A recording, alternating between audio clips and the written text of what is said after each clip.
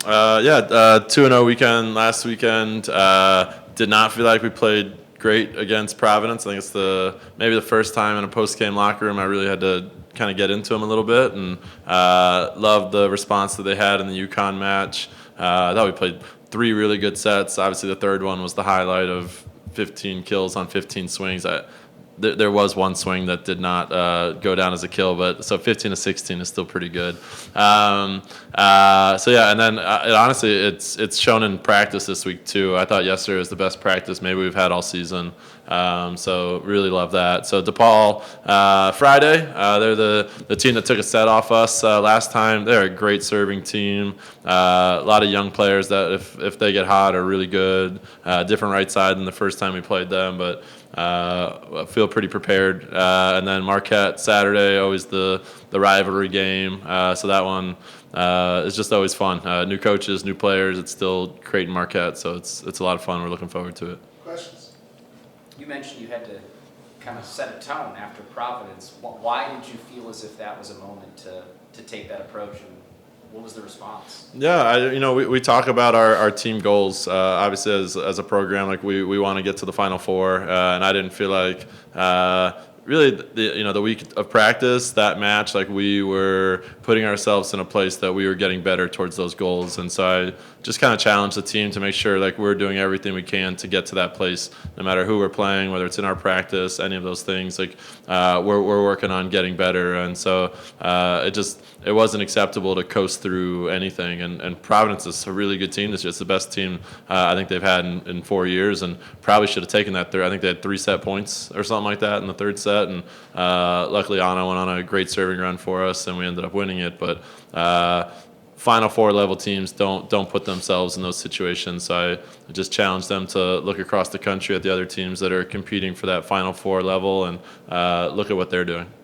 Do you think that moment was kind of a reminder to shed the human nature of it a bit? Just when you've had the success you guys have, yeah, they look at it and they're like, oh, it's a 3-0 sweep, it's a sweep, it's a sweep. Do you think that moment was kind of to buck some of that human nature and be like, okay, these are our goals, here's what we have to do to reach them? Yeah, absolutely.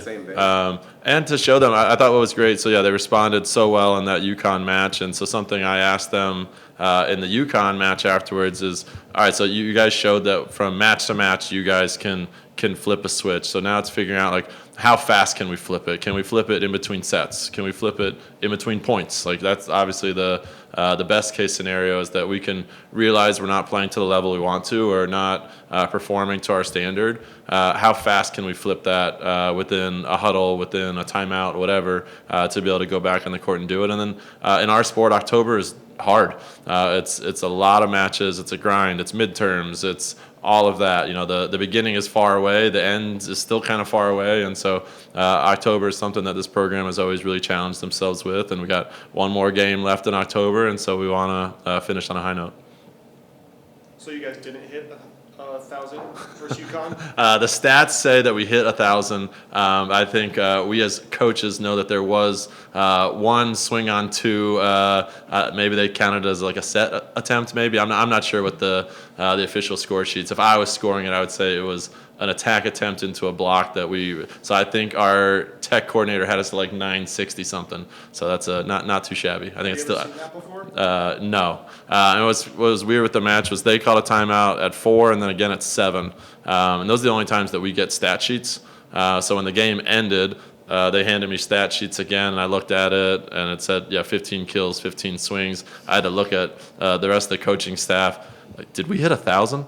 And then like our tech coordinator started pulling it up, and he was like, I have us at 968, which is still again like an unheard of number. Like this volleyball, I mean, that's a top 60 team we were playing against. So it's pretty unheard of for another team to not get a single dig or a single block back to our side. And it was pretty impressive the way we responded from that second set. And I think also because at the end of the second set, UConn went on a pretty good run to kind of like close that gap. We were up pretty big. They went on a big run. The crowd got really into it. So I think it would have been easy for us to start that third set poorly, or for them to start that third set really hot. We ended up we went up 4-0, and then I think 7-1, and then just kind of rolled with it. What's Saturday going to be like having that match here in particular? You already played in Milwaukee, but to have the juice in Sokol this weekend, what's that going to be like? Yeah, Saturday night. We hope it's going to be packed. It pretty much always is for that match. And I know I heard there's like a red team that plays football at the same time. So we're hoping that doesn't hurt anything in our gym because it is a big game for both of us. As we look at the standings in the Big East right now, I think there's 7 teams, maybe 8, competing for 4 spots right now. So I think the battles down the stretch are going to be huge. DePaul plays Marquette tonight. I mean, that's a humongous match for both of those teams, and just to get into the Big East tournament. So we've kind of talked to our team like we are going to get everyone's fight. Every team we're playing down the stretch right now are fighting for their postseason lives. We have a shot as a league to get 4 teams in the NCAA tournament, which I don't think is ever or happened in a long time at least. And so I'd love for that to happen. I don't want it to happen at the cost of someone beating Creighton, but it would be just a great thing for our league. And so challenging our team, like, hey, these teams are going to come in fighting for their lives. Like, can we fight the same way even if it's in a different scenario? I think the team in red's wearing black this week, so maybe you should. Oh, perfect. Yeah. Who wants to see that? A little bit of a different environment maybe on Saturday than on Friday, 11:30 first serve. You're going to have a lot of fans in the house. What's that environment going to be like?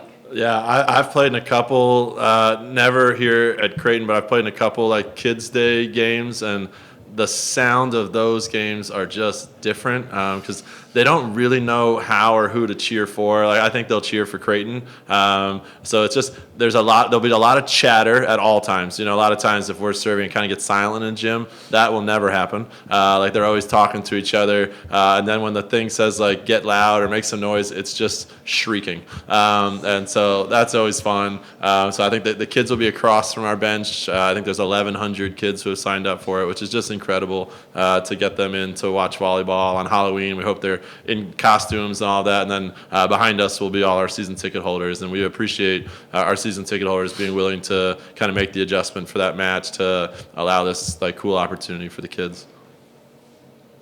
You said there's one more left in October, then you flip the page to November, Yeah. final month of the season. The end is coming. Yeah. What's going to be the mindset that you want your group to carry into that final month? Final 4. Like that's always our goal. And so again, it's like, what are we doing right now to put us into that?